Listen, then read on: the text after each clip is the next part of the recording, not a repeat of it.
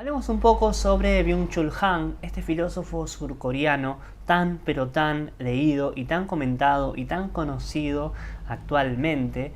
Es uno de los filósofos de moda, podríamos decir, actualmente. Tiene más de 20 libros publicados. Dicta clases en Berlín. Nació en Corea del Sur, pero trabaja en Alemania, da clases en la Universidad de las Artes de Berlín. Actualmente tiene más o menos 63 años, al menos de acuerdo a la cuenta que hice en el momento de la grabación de este video. Lo que yo voy a hacer en este video es una especie de recorte, ¿sí? Muy recortado, de algunas de sus ideas, las que yo considero más importantes, algunas que se repiten en varios de sus libros. Esto es una de las principales críticas que les hacen, es como que en varios de sus libros repite más o menos algunas ideas. O sea, obviamente en cada uno de sus libros se enfoca en temas distintos, entonces si repite alguna de esas ideas es para hacerla encajar con ese tema del que está hablando.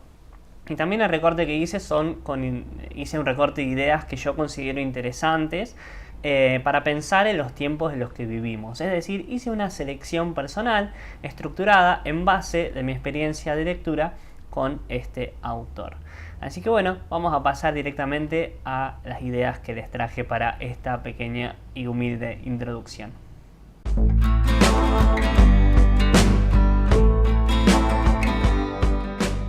Lo primero que quiero comentarles es que Byung-Chul Han nombra a la sociedad o a las sociedades en las que vivimos con diferentes nombres. Primero, por ejemplo, habla de la sociedad del rendimiento, habla de la sociedad del cansancio y también habla, por ejemplo, de la sociedad de la transparencia. Fíjense, acá tengo dos de sus libritos. Uno es La sociedad de la transparencia y otro es La sociedad del cansancio. Como ven, son libros muy finitos, muy fáciles de leer, que creo que ninguno de los dos llega a las 100 páginas. Y el nombre del libro ya dice mucho, ¿no es cierto? Vamos a empezar con algo que está acá en la sociedad del cansancio. Byung-Chul Han habla sobre la sociedad del rendimiento. ¿Qué es la sociedad del rendimiento? La misma palabra un poco lo dice, ¿no es cierto? Vivimos en una sociedad de rendimiento, es decir, tenemos que rendir. Tenemos que ser productivos, tenemos que producir constantemente, no podemos quedarnos atrás, tenemos que avanzar y progresar en nuestras vidas y lograr cosas y estar todo el tiempo haciendo cosas y todo el tiempo tratando de ser mejor y todo el tiempo tratando de ser feliz y no podemos descansar. O sea, es un agotamiento mental. Bueno, ahora vamos a ver por qué dice sociedad del cansancio, ¿no? Pero Byung-Chul Han entiende que vivimos en una sociedad donde impera mejor dicho, donde hay un imperativo por el rendimiento. Tenemos que estar todo el tiempo rindiendo, ¿no es cierto? Y él habla de que hay una dominación por la positividad. Es decir, no es que nos niegan a hacer cosas, sino que al contrario, en debates políticos o en las redes sociales, por ejemplo, se nos incita a hablar, a opinar, a estar todo el tiempo atento a las tendencias, a las novedades, a estar todo el tiempo activos, produciendo, moviendo la rueda de la maquinaria social. ¿No les pasa, por ejemplo, que si tienen un rato libre, les da culpa quedarse así tranquilos sin hacer nada? Paréntesis, una de las cosas que propone Byung-Chul Han es justamente tratar de recuperar ese detenimiento, esos espacios de no hacer nada, esos espacios de simplemente contemplar, pensar, reflexionar. Lo vamos a ver un poquito más adelante. Una frase que a mí me impactó en una de mis primeras lecturas de Byung-Chul Han es que él dice que nos explotamos a nosotros mismos creyendo que somos libres. ¡Puf! Es decir, nos explotamos a nosotros mismos intentando ser parte de la sociedad productiva sin darnos cuenta de que justamente esta fuerza que nosotros hacemos para ser parte, de tratar de rendir, de tratar de producir, alimenta nuestra alienación social. Una frase de Byung-Chul Han dice: el sujeto de rendimiento que se pretende libre es en realidad un esclavo. Es un esclavo absoluto, en la medida en que sin amo alguno se explota a sí mismo de forma voluntaria. Y esta es una de las ideas de Byung-Chul Han que repite en varios de sus libros, ¿no? Nos explotamos a nosotros mismos y creemos que somos libres. Me parece tremendo. No sé si es el primero que lo dijo, me parece que no, pero al menos es Byung-Chul Han el que popularizó de alguna forma estas ideas. Y otra frase sobre esto de la cuestión del rendimiento, dice Byung-Chul Han que el sujeto de rendimiento se abandona a la libertad obligada, fíjense esta contradicción, ¿no? A la libertad obligada o a la libre obligación de maximizar el rendimiento. El exceso de trabajo y rendimiento se agudiza y se convierte en autoexplotación. Y esta autoexplotación es mucho más eficaz que la explotación por otros, porque va acompañada de un sentimiento de libertad. Es tremendo esto. Es decir, que el explotador es al mismo tiempo el explotado. Nosotros nos explotamos a nosotros mismos para rendir, creyéndonos que somos libres, ¿sí? Y esto, el exceso de trabajo se convierte en una autoexplotación. Esto está en la sociedad del cansancio, en el capítulo Más allá de la sociedad disciplinaria. ¿Por qué habla de sociedad del cansancio? Y como la misma palabra lo dice, y esto lo analiza acá en este libro, La sociedad del cansancio, él dice que vivir en una sociedad en la que impera el rendimiento, es decir, una sociedad en la que tenemos que estar todo el tiempo siendo productivos, es muy cansador, es muy agotador. La sociedad de rendimiento produce un agotamiento y un cansancio excesivos. Escuchamos todo el tiempo, tenés que ser productivo, no tenés que desperdiciar ningún momento, tenés que aprovechar el tiempo, no hay que descansar, hay que estar todo el tiempo produciendo, etcétera, etcétera. Y esa productividad constante y permanente produce en nosotros un agotamiento excesivo, extremo. Leo un fragmento de Byung-Chul Han. Dice que la sociedad de rendimiento y actividad produce un cansancio y un agotamiento excesivos. El exceso del aumento de rendimiento provoca, no poca cosa, el infarto del alma. Tremendo. El cansancio de la sociedad de rendimiento es un cansancio a solas, que aísla y divide. Estos cansancios, dice Han, son violencia, porque destruyen toda comunidad, destruyen toda cercanía. Esto es algo que no incluí mucho en este video, pero de alguna manera algo que él también nota es que vivimos en una época donde estamos muy solos, muy aislados, hay pocas experiencias comunitarias y por eso mismo justamente es difícil reaccionar o rebelarnos ante este tipo de dominaciones. Por último vamos a hablar sobre la sociedad de la transparencia. Para Han, la transparencia domina el discurso público. Fíjense la palabra transparencia, algo transparente. Pensemos en esto. Hoy, gracias a las redes sociales, nuestras vidas son mucho más transparentes que antes. Fíjense, ustedes me están viendo ahí a través de ese video y de alguna manera, gracias al celular, hay como una especie de vidrio transparente en el que pueden ver mi casa, ¿no es cierto? Lo que tengo acá atrás o el sillón.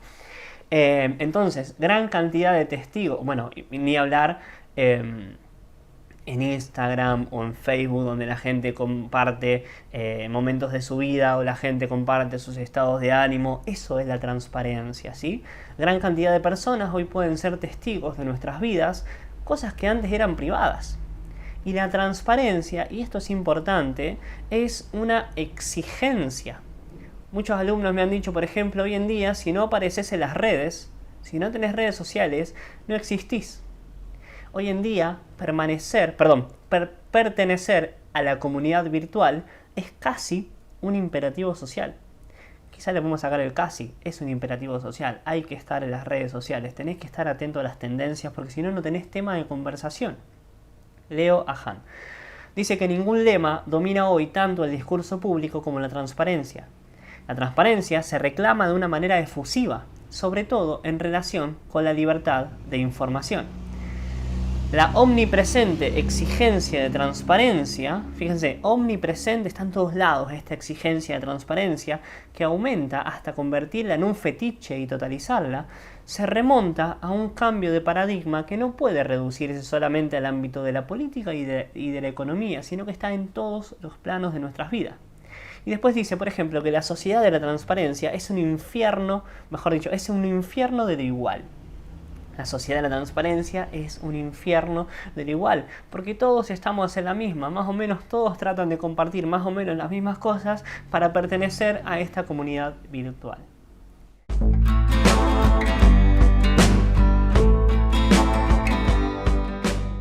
Pasamos ahora a hablar un poco sobre mi libro preferido de Byung-Chul Han, que es El aroma del tiempo. ¿Sí? Maravilloso, me encanta, fue lo primero que yo leí de él y este libro realmente me enamoró en el momento en el que yo lo leía. Yo dije, che, todo el mundo está hablando de Byung-Chul Han, ¿qué dice este tipo, no? Y cuando vi El aroma del tiempo, o sea, el tema del tiempo es un tema que a mí me interesa mucho en la filosofía, dije, bueno, vamos a empezar por este libro, ¿no?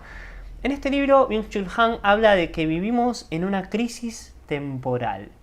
Leo un fragmento. Dice, la sensación de que el tiempo pasa mucho más rápido que antes tiene su origen en que la gente hoy en día ya no es capaz de demorarse. ¿Sí? ¿Cuántas veces nos ha pasado de que el tiempo hoy en día pasa rapidísimo? ¿Sí? De que los sucesos de la vida pasan rápido, pero también de que tenemos que hacer todo de forma veloz, tenemos que hacer todo rápido, tenemos que hacer todo, necesitamos todo inmediatamente. Perdimos de alguna manera la capacidad de demorarnos, la capacidad de esperar, la capacidad de tener calma, ¿sí? Y de esperar que las cosas sucedan a su tiempo. Necesitamos todo ya en este momento. Por eso, fíjense que dice, la gente hoy no es capaz de demorarse, ¿sí? El subtítulo de este libro es un ensayo filosófico sobre el arte de demorarse, ¿sí? No de llegar tarde, sino de poder demorarse y contemplar la naturaleza, de contemplar la realidad en la que vivimos y de contemplar nuestra propia vida y nuestros propios pensamientos. Han traza una hipótesis que es que hoy en día se percibe el tiempo de forma discontinua. A esto él lo llama la atomización del tiempo. Y esto destruye la experiencia de continuidad. Es decir, no somos capaces de percibir el tiempo como un continuo, sino que percibimos instantes aislados. Los gestos que estoy haciendo espero que se entienda más o menos. Bueno, no importa. Pero como que percibimos el tiempo atomizado, es decir, como átomos aislados entre sí, y no podemos percibir la experiencia de la continuidad. Para Han, la continuidad, la duración de las cosas es lo que le da sentido a nuestras vidas y lo que le da sentido a las experiencias que vivimos. Dice Han que el tiempo atomizado es un tiempo discontinuo, ¿sí? No hay nada que una los acontecimientos entre ellos generando una relación, es decir, una duración. No podemos experimentar la duración de las cosas que hacemos. La duración podría pensarse como poder percibir el aroma del tiempo. Y de acá viene el título del libro, El aroma del tiempo. Hace en los distintos capítulos bastantes referencias a la cuestión aromática. Habla, por ejemplo, de la Magdalena de Proust en el texto En busca del tiempo perdido. Pero él habla en un capítulo de un reloj de incienso de China que se usó hasta fines del siglo XIX. Y es un reloj que de alguna manera medía el tiempo de acuerdo al humo que salía de ese reloj. Y una frase que me parece interesante es que Han dice que de esa forma el tiempo puede adoptar la forma de un aroma. Cosa que me parece muy loco, porque el tiempo se convierte en espacio, ¿sí? Y si el tiempo se convierte en espacio, uno lo puede contemplar, uno lo puede percibir con mayor lentitud. De ahí un poco esta metáfora, ¿no es cierto?, de aprender a percibir el tiempo de una forma más pausada, de una forma más física, no es la palabra física, pero percibir el tiempo con mayor cuerpo, ¿no es cierto?, con mayor lentitud, con mayor precisión. Bueno, no me está saliendo la palabra exacta, pero poder demorarse, estar tranquilo, en calma y poder tratar de aprender, de disfrutar el aroma del tiempo.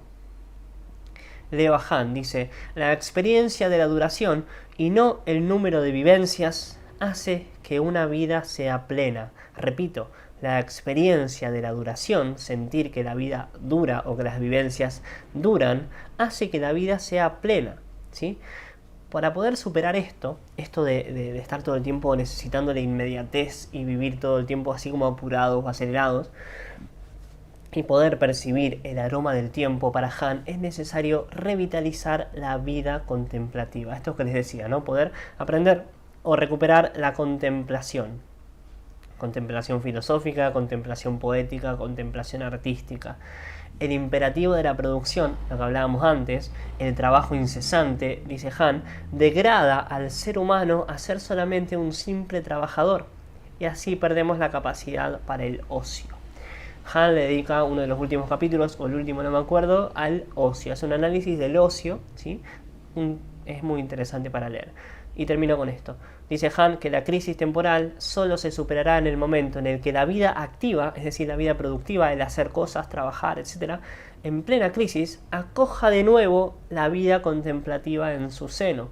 En otras palabras, para Han propone un equilibrio entre vida activa y vida contemplativa. Bien, les leo un último fragmento de esto. La vida ocupada, a la que le falta cualquier dimensión contemplativa, no es capaz de la amabilidad de lo bello. Se muestra como una producción y destrucción aceleradas. Consume el tiempo. La vida ocupada consume el tiempo. Las cosas se destruyen y se mata el tiempo. Entonces, la propuesta de Han dice: la demora contemplativa concede tiempo. Demorarse y contemplar. La demora contemplativa le da amplitud al ser, que es algo más que estar activa. La vida, de esa forma, gana tiempo y espacio, duración y amplitud cuando recupera la capacidad contemplativa.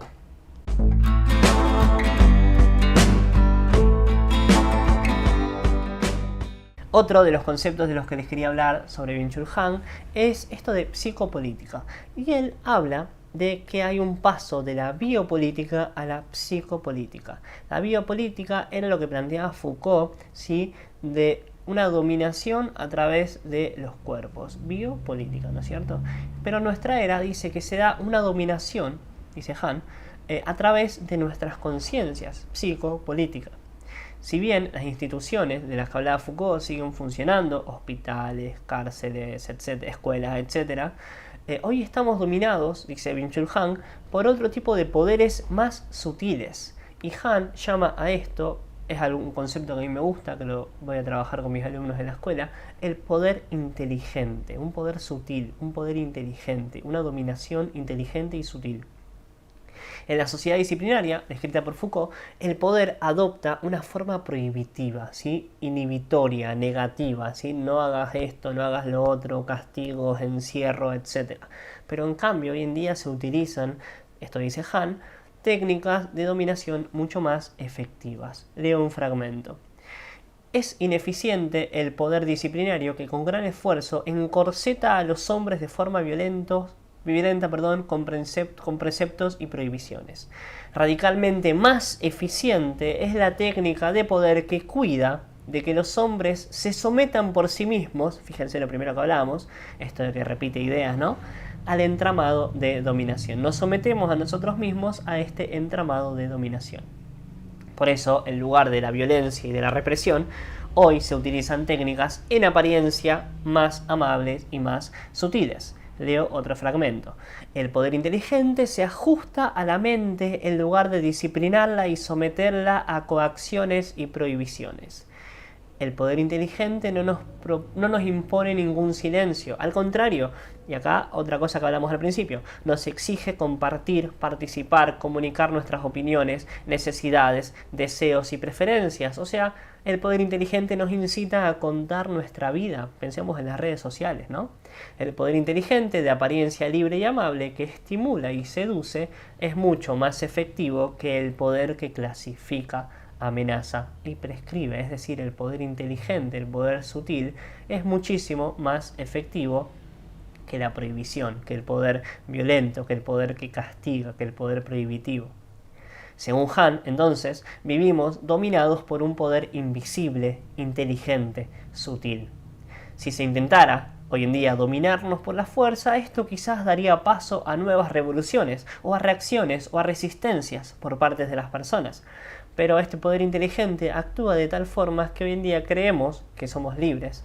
Y si creemos que somos libres, entonces ¿ante qué o para qué vamos a reaccionar? Vamos a seguir viviendo normal, común, así porque creemos que somos libres. Si creemos naturalmente que no hay nada que nos oprime o que nos domina, entonces yo puedo opinar libremente en las redes sociales creyendo que soy libre de opinar, cuando no, en realidad no conozco todo ese poder, todo ese entramado de poder que está detrás de las redes sociales, que de alguna manera contribuyen a que yo actúe de la forma en la que actúo, ¿sí? Por eso está bueno ser consciente de estas cositas.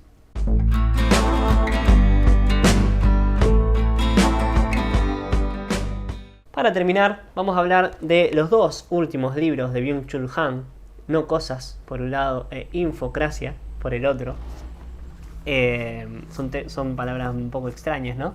En estos dos libros, No Cosas e Infocracia, Byung-Chul Han se concentra en el impacto que tienen las nuevas tecnologías en nuestras vidas. Si bien en casi todos los libros, o en la mayoría, habla sobre las nuevas tecnologías, es como que en estos dos libros se concentra en lo que les voy a comentar ahora.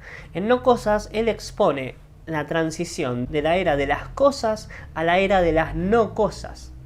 Según Byung-Chul Han, las no cosas serían la información, es decir, las no cosas son la información. Dice Han, y nos hace pensar, que estamos inmersos en corrientes de información voraz, fugaz e interminable. Piensa en esto, abrimos el celular y empezamos a scrollear, ¿no es cierto? Y las redes sociales nos bombardean con inmensas cantidades de información en pequeños lapsos de tiempo. Al scrollear podemos ver 20 o 30 publicaciones distintas de personas distintas con propuestas distintas en menos de un minuto. O sea, es una locura la cantidad de información a la que estamos expuestos. Y así podemos estar largas horas al día, y esto, y acá viene algo importante para Han, implica una pérdida de autonomía de nuestra vida, ¿sí? Primero, simplemente perdemos mucho tiempo scrolleando y viendo un montón de información, y por otro lado, ese bombardeo de información hace que cada vez queremos más, nos domina la mente, pensemos psicopolítica, ¿no es cierto? Y hace que perdamos autonomía sobre nuestra vida. Leo un fragmento de la introducción. Como cazadores de información, nos volvemos ciegos para las cosas silenciosas, discretas, incluidas las habituales, las menudas o las comunes, que no nos estimulan, pero nos anclan en el ser. Y dice Han, pasando al otro libro, que estamos dominados por lo que él llama el régimen de la información. Y de esto habla en su último libro, sacado hace 1 o 2 meses, publicado hace 1 o 2 meses, Infocracia. Dice Han, leo un fragmento, llamamos régimen de la información a la forma de dominio, en el que la información y su procesamiento mediante algoritmos e inteligencia artificial determinan de modo decisivo los procesos sociales, económicos y políticos. Analicemos un poquito esto, ¿no? Los algoritmos y la inteligencia artificial dominan nuestras vidas, las cosas de las que hablamos, las cosas que pensamos, las cosas que deseamos, que queremos, que buscamos, etc.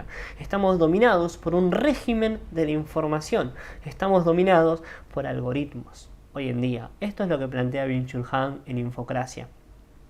Y la infocracia, esa palabra, es justamente eso, el régimen o el dominio de la información. Nuestros intereses, nuestros temas de conversación con nuestras familias y amigos, nuestro pensamiento, lo que les decía recién, suelen estar regidos por los algoritmos de las redes que consumimos. Vivimos en una era digital que ordena y estructura nuestros hábitos. Y no solamente nuestros hábitos, sino, como decía antes Byung-Chul Han, también los procesos sociales, económicos y políticos.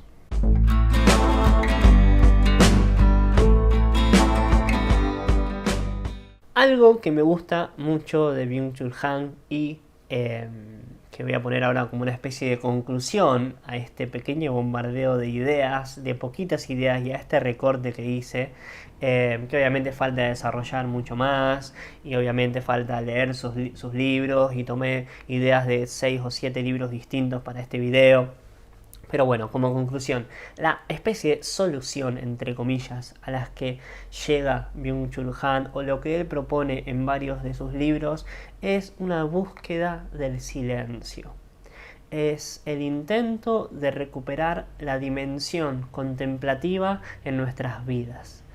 Porque si las nuevas tecnologías atentan en contra de nuestra capacidad de vivir de una forma autónoma y de tomar decisiones por nosotros mismos, entonces hay que intentar liberarse de este imperio de la información, alejarnos del violento caudal de información que nos arrasa y buscar la calma física y mental. Solamente, piensa Byung-Chul Han, el equilibrio y el silencio puede orientarnos hacia una vida más real y más sincera. Y también podemos permitirnos hacernos el tiempo para poder detenernos y reflexionar sobre los mecanismos de poder que nos dominan y apuntar hacia una vida con mayor autonomía. O sea, eso, ¿no? Poder permitirnos hacernos el tiempo y detenernos y reflexionar sobre estos mecanismos de poder que nos dominan y apuntar hacia una vida con mayor autonomía. Repetí lo que acabo de decir, les pido perdón.